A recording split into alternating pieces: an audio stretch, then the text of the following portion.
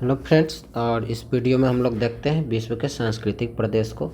इसमें क्या है हम लोग को इम्पोर्टेंट है, ये भी इस बार के लिए आप लोग का इम्पोर्टेंट है, तो इसको भी करवा देते हैं। ठीक है, इसको भी हम लोग कर लेते हैं। जो भी इम्पोर्टेंट है उसको हम लोग एक एक करके कर लेते हैं। चलिए तो देखते हैं विश्व के सांस्कृतिक प्रदेश को। ठीक है, तो ये सब रटने वाला चीज़ है। रटने वाला चीज़ सबको सीधा सीधा हम क्या कर रहे हैं, आप लोग को ये सिंपल रीडिंग बोर्ड में पढ़ दे रहे हैं, और जो कठिन वर्ड होगा कोशिश करेंगे कि बता दें। कम समय का वीडियो बने इसलिए हम केवल पढ़ के निकल जाते हैं, क्योंकि यही चीज़ें नहीं हो पाती है। सबसे चीज़ें कि हम लोग पढ़ नहीं पाते हैं किसी चीज़ को। अगर पढ़ ले तो वो चीज़ें तो याद हो ही जाते हैं। ठीक है, तो इसी प्रकार से आप 2-3 बार अगर वीडियो देखते हैं तो आपको कंटेंट इतना भर दिमाग में कम से कम बैठ जाएगा कि आप एग्ज़ाम में इस चीज़ को लिखते हैं। सबसे बड़ा मुश्किल चीज़ कंटेंट को दिमाग में रख के एग्ज़ाम में लिखना ही होता है। ठीक है, तो चलिए विश्व के सांस्कृतिक प्रदेश को देखते हैं।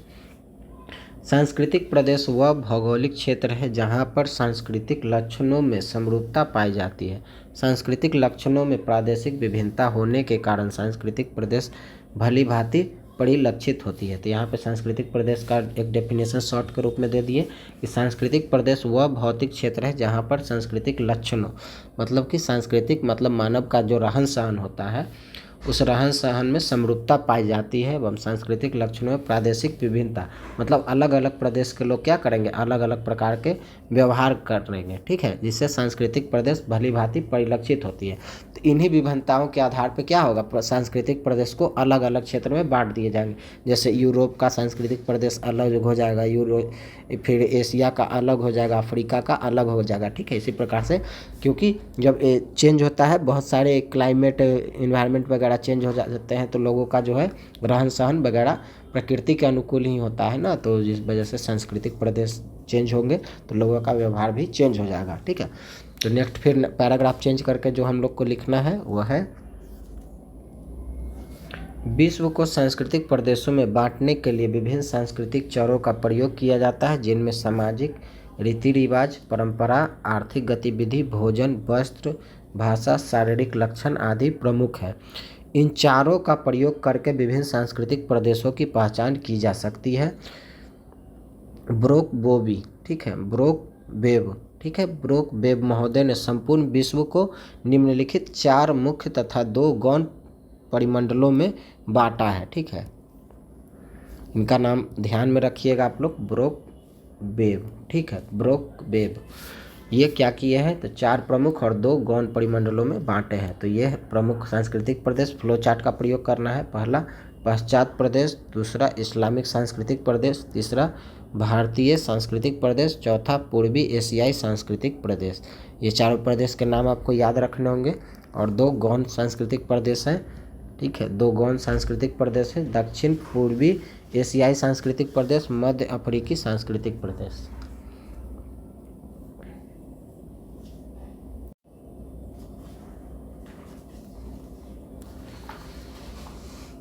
नेक्स्ट पहला है हम लोग का पश्चात सांस्कृतिक प्रदेश। ठीक है, 4 सांस्कृतिक प्रदेश है, तो उसमें सबसे पहले पश्चात सांस्कृतिक प्रदेश आता है। तो यह प्रदेश यूरोपीय संस्कृति का सूचक है, जिसमें ईसाई धर्म लगभग सर्वव्यापी है। इस प्रदेश में औद्योगिक कारण, नगरीकरण, राजनीतिक परिस्थितियां, अर्थव्यवस्था, उपनिवेशीकरण, वाणिज्यिक परिवहन तंत्र आदि के अनेक रूपांतरण उपस्थित है। ठीक है, पश्चात सांस्कृतिक प्रदेश की जो मुख्य चीज़ें हैं वो ये है। ठीक है, हम नेक्स्ट इसी के बारे में लिखना है हम लोग को, सांस्कृतिक प्रदेश, पश्चात सांस्कृतिक प्रदेश के बारे में ही।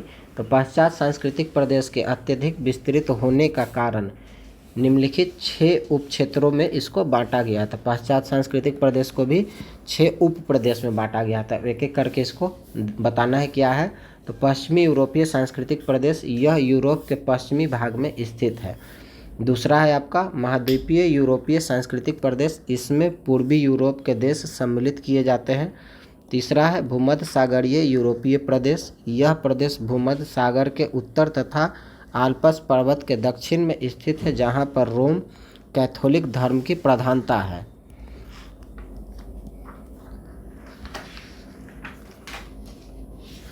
चौथा पॉइंट हो जाएगा आंग्ल अमेरिकी सांस्कृतिक प्रदेश, यहाँ की वर्तमान संस्कृति पर परिष्कृत यूरोपीय संस्कृति का प्रभाव है।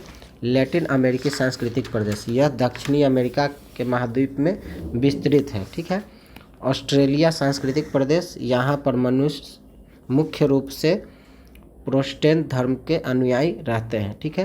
तो ये आपका पश्चात सांस्कृतिक प्रदेश के अंतर्गत इतने चीज़ें आपको लिखने होंगे। ठीक है, इतने चीज़ आपको लिखने होंगे।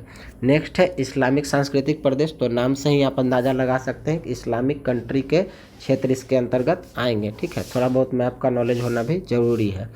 यह प्रदेश अफ्रीका के मोरक्को से लेकर दक्षिण एशिया के पाकिस्तान तक फैला हुआ है और इस्लामिक संस्कृति से प्रभावित है।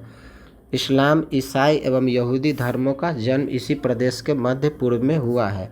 इसमें सहारा के मरुस्थल, मध्य पूर्व तथा दक्षिण पश्चिम एशिया के कुछ देश सम्मिलित हैं।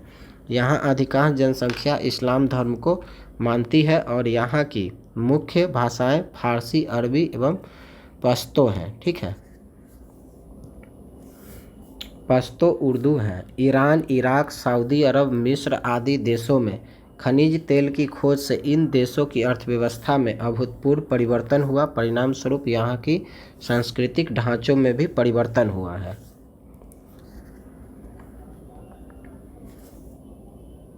नेक्स्ट है भारतीय सांस्कृतिक प्रदेश, जहाँ की हम लोग हैं, उसके बारे में लिखना है हम लोग को।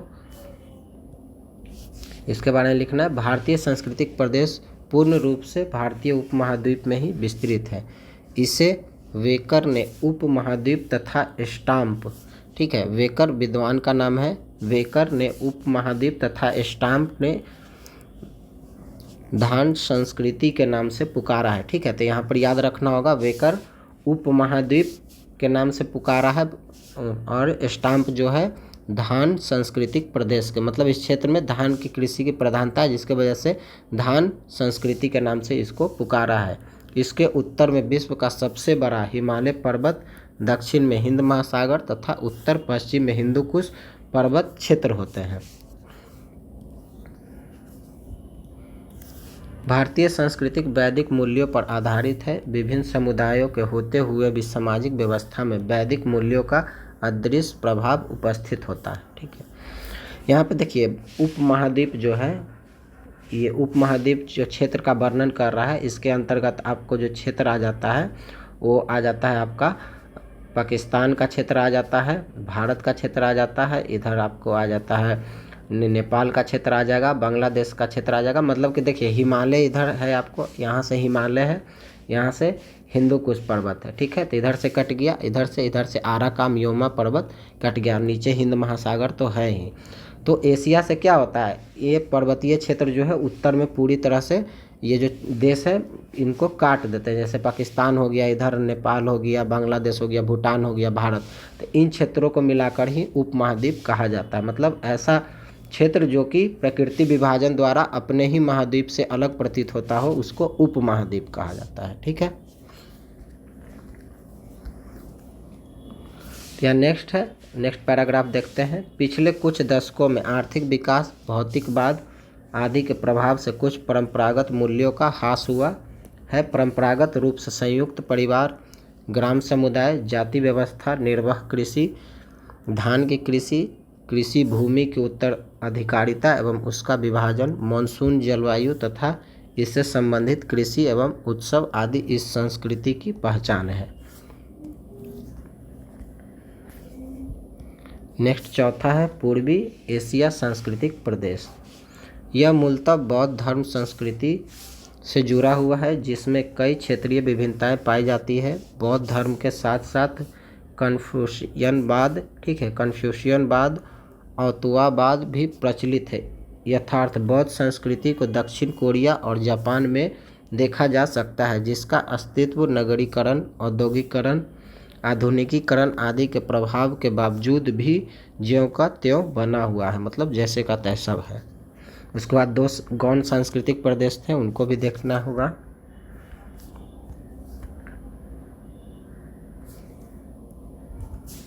दक्षिण पूर्वी एशियाई सांस्कृतिक प्रदेश। यह प्रदेश कई सांस्कृतिक प्रदेशों के मिलन स्थल पर स्थित है, जिस कारण से इसे संक्रमण सांस्कृतिक प्रदेश कहते हैं। जैसे म्यांमार हो गया, वियतनाम हो गया, थाईलैंड हो गया, जिसमें कि बौद्ध धर्म की प्रधानता है। फिर फिलीपींस हो गया यहाँ, इसमें आपको ईसाई धर्म की प्रधानता है। इंडोनेशिया, यहाँ भी ईसाई कह रहे हैं, इस्लाम धर्म की प्रधानता है। इंडोनेशिया में इस्लाम धर्म की प्रधानता है, विशेषकर बाली द्वीप। उसके बाद यहाँ पे बाली द्वीप हो गए, फिर इंडोनेशिया हो गए। यहाँ पे इस्लामिक कंट्री के मतलब इस्लामी धर्म को मानने वाले लोग हैं और कुछ भारतीय लोग भी यहाँ पे निवास करते हैं। और मलेशिया एवं इंडोनेशिया में इस्लाम का प्रभाव स्पष्टता दिखाई देता है। दुनिया का सबसे बड़ा मुस्लिम कंट्री इंडोनेशिया ही है। मध्य अफ्रीकी सांस्कृतिक प्रदेश, इस प्रदेश में नगरीय संस्कृति की प्रधानता है। इस सांस्कृतिक प्रदेश में जहाँ पर दक्षिण एशिया की संस्कृति का प्रभाव है, वहीं पर पशुचरण अर्थव्यवस्था का भी विकास हुआ है। जिन इलाकों में सूडान तथा अरब संस्कृति का मिश्रित प्रभाव है, वहाँ पर कृषि, उद्योग, पशुपालन आदि व्यवस्थाओं का विकास हुआ है। जहाँ पर यूरोपीय संस्कृति का प्रभाव पड़ता है, वहाँ पर सामाजिक, राजनीतिक तथा आर्थिक चेतना पाई गई है। दक्षिण अफ्रीका इसका प्रमुख उदाहरण है। तो ये चारों आपके जो प्रमुख प्रदेश थे सांस्कृतिक प्रदेश, उसके बारे में लिख दिए, और 2 गौण सांस्कृतिक प्रदेश थे उसके बारे में लिख देंगे। और ये सब क्वेश्चन में कंक्लूजन वगैरह नहीं लिखना होगा आपको, ठीक है। जो है वो जितने भाग में बांटा गया है उसको लिख कर केवल छोड़ देना, आंसर कंप्लीट हो जाएगा, ठीक है। तो और देखते हैं कुछ इम्पोर्टेंट सेक्शन जो होगा एग्ज़ाम के दृष्टिकोण से इम्पोर्टेंट, उसको फिर अपलोड कर दिया जाएगा।